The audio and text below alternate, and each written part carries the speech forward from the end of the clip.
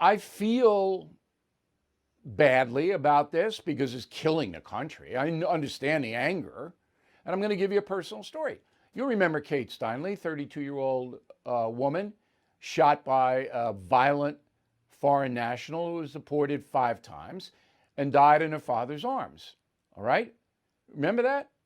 Okay, so I drew up Kate's law, and that would have put any foreign national deported from the United States who was convicted of a felony, if they come back, sneak back in, 5 years minimum federal penitentiary just for setting foot on American soil. President Trump is behind it, Ted Cruz. I mean, I thought I had it locked, right? I thought it was going to become law. Mitch McConnell wouldn't put it up for a vote, refused to put it up for a standalone vote. What could I do? I was absolutely furious. McConnell never explained himself. I think it's because he didn't want me to be, making legislation. But I don't know. And it died. I hate to use that word, but it did.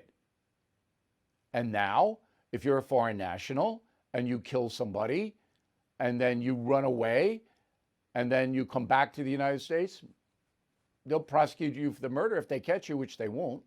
Okay, but coming back is not a crime. It's unbelievable. It is unbelievable.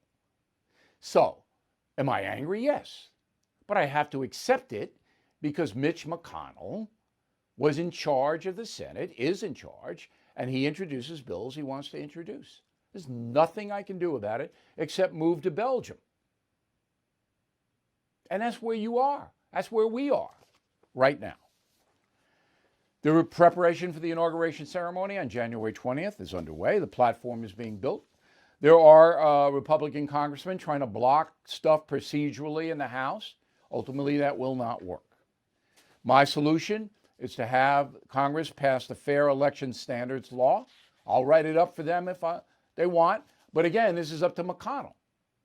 You can't let states run wild and do what they did. You just can't, because you'll never have another honest election again. Have to have federal oversights of the state voting process. You have to. Will the Democrats support this? No.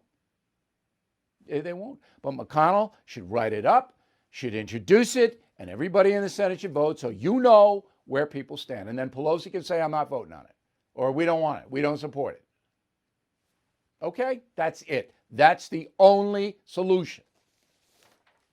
The press doesn't investigate any allegations of corruption. None.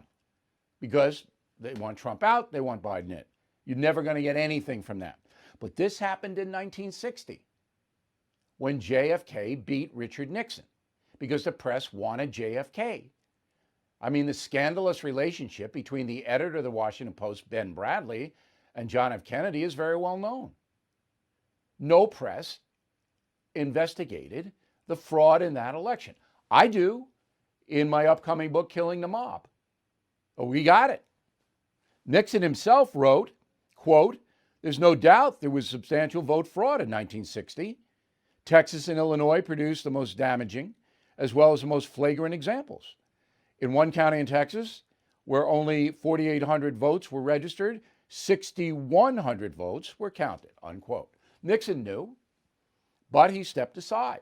And it was close. That vote was 303 electoral votes for Kennedy, 219 for Nixon, almost like the Trump thing, almost exactly.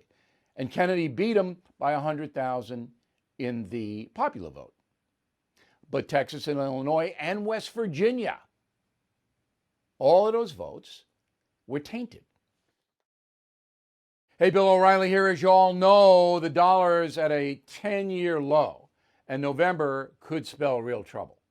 That's why I recommend you consider physical gold and silver, and the only company I do business with in this area is American Hartford Gold. You can call them right now. Make sure you tell them Bill O'Reilly sent you, and they'll give you a free gold coin on your first qualified order. Since I have been recommending American Hartford Gold, gold's up over 40%, silver over 60%. So please don't wait. Call them now, 877-444-GOLD Gold, 877-444-GOLD Gold, or text GOLD to 65532.